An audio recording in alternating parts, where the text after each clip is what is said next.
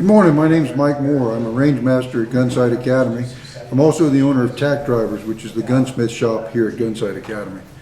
Today we're working with the Ruger American Rifle. This particular model is in .308 caliber, and we like to just quickly go over how easy it is for the owner, the shooter, to adjust his own trigger to get a little bit crisper weight or a little bit lighter weight. Trigger as it comes is already quite crisp.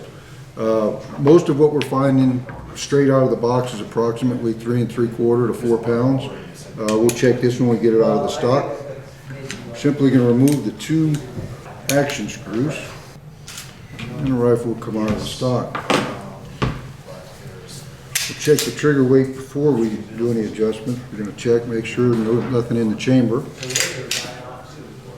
Safety off. We're at 4 pounds of weight right here. We'll see if that breaks it. Not quite.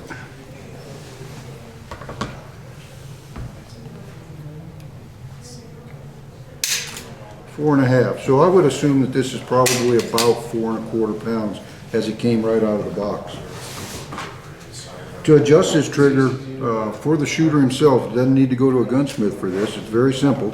There's an Allen screw at the front of the trigger mechanism. And by adjusting this, we're going to be taking some of the spring pressure off of the trigger without sacrificing any of the sear engagement. So by lightening it, we will result in a lighter trigger pull, but we'll still have the safety of full engagement. So I'm going to take my Allen wrench and I'm going to orient it so that the little L is facing in one particular direction, in this case down. And I'm going to turn a half turn at a time.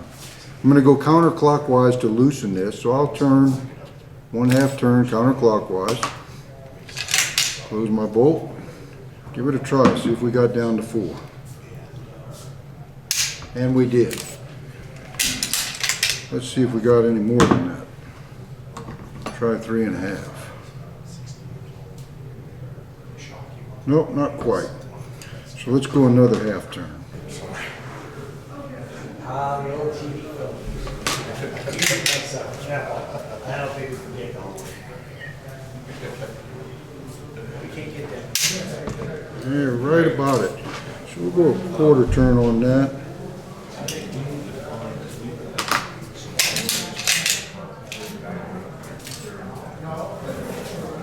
There we go. 3 1/2 pound pull with full sear engagement. Before we take this to the field or shoot it, we'll put it back in the stock, obviously. And we're going to test this to make sure that the striker doesn't fall.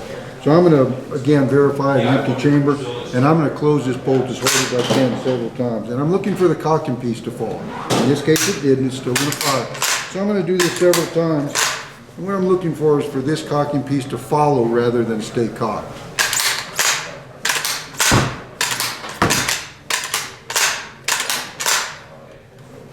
And in all cases, it's not following.